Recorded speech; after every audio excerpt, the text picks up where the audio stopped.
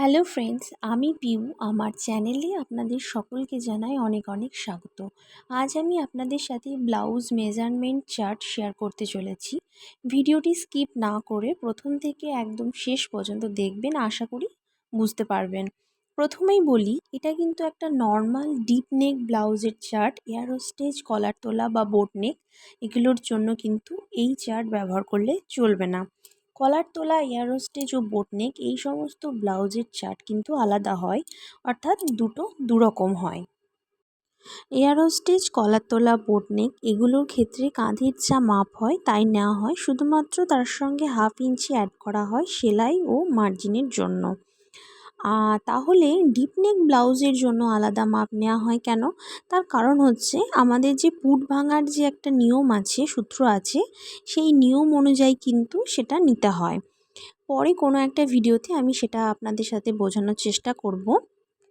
এখানে দেখুন, আমি স্টেপ বাই স্টেপ একটা একটা করে ছকের মাধ্যমে আপনাদের সাথে দেখানোর চেষ্টা করছি।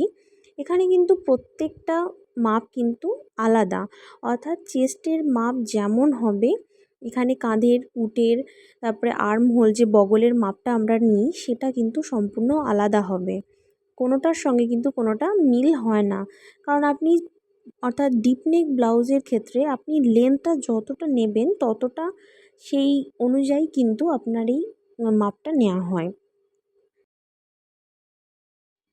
আবারও বলছি, এটা কিন্তু জাস্ট একটা ডিপ নেক ব্লাউজ কাটিংয়ের ফর্মুলা। এটা কিন্তু এয়ারো স্টেজ, কলার তোলা বা বোট নেক এগুলোর চার্ট কিন্তু নয়।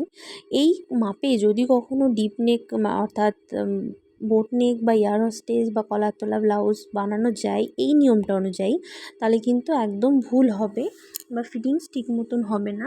তাই বলছি যে এটা কিন্তু শুধুমাত্র ডিপ নেক ব্লাউজেরই চার্ট।